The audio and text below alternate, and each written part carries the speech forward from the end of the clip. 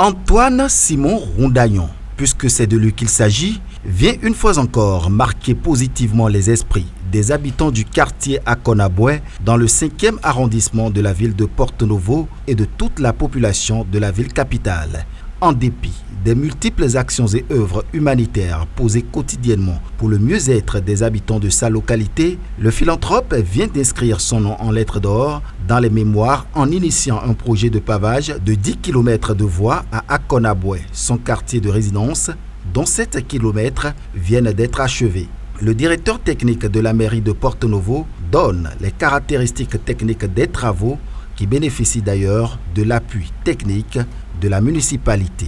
Il s'agit des voies pavées dont la chaussée varie entre 9 et 11 mètres avec des accotements, des trottoirs qui sont réalisés de clôture à clôture à l'instar du projet asphaltage du gouvernement. Ces pavés sont posés sur une couche de fondation et une couche de pose et réalisée de sorte à ce que toutes ces couches-là soient bien compactées pour recevoir le pavage. Pour le philanthrope, qui n'est pas à son premier geste, c'est une manière d'accompagner le gouvernement du président Patrice Talon sur le chantier de construction des routes qu'il a entrepris depuis 2016 et qui est d'ailleurs très apprécié du bienfaiteur Antoine Simon Rondayon.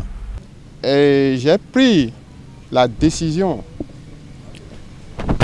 de l'accompagner et accompagner son gouvernement, l'État central et la mairie de Porto-Novo. Parce que ce qui est bon, il faut accompagner. Moi, je ne suis pas politicien, je suis apolitique. Je suis de 1939. J'ai vu des chefs d'État. Mais la pierre que les constructeurs ont rejetée est devenue une pierre précieuse. C'est-à-dire, je ne sais comment même apprécier. Le président Patrice Talon nous a merveillés. Et moi, personnellement, il m'a motivé. C'est pourquoi je dis, je ne suis pas multimilliardaire, le peu que j'ai, je vais l'accompagner. Les bénéficiaires des travaux, des habitants du quartier Akonaboué aux riverains en passant par les usagers des voies, tous remercient l'initiateur qui vient ainsi de soulager leur peine. Esprit de partage. Et moi, un politicien.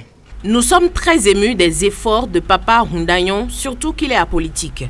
Ici, nous sommes dans un bas-fond et quand il pleut, nous éprouvons tellement de difficultés à accéder au quartier. Il a décidé d'emboîter les pas au chef de l'État en pavant les rues d'Akonaboué. Nous sommes très contents. Les femmes d'Akonaboué lui disent merci.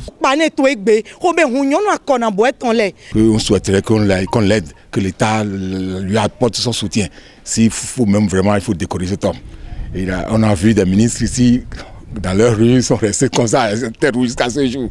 Bon, vraiment, une joie pour nous, on ne peut pas exprimer notre joie, c'est grand.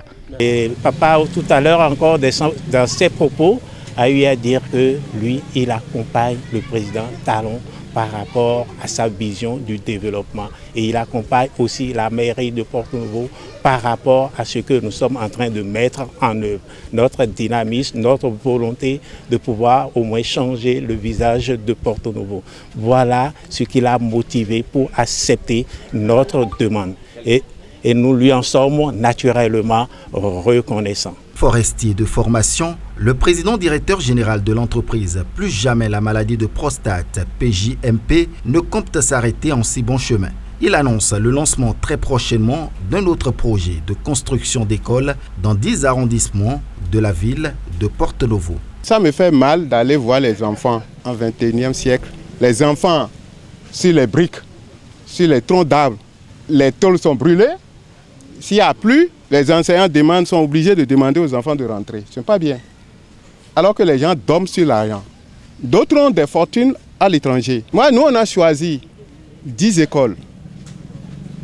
Chaque arrondissement a 2 écoles, bureaux, magasins, tout ça là, réfectionné. Quand nous allons finir les pavés, nous allons entamer ça.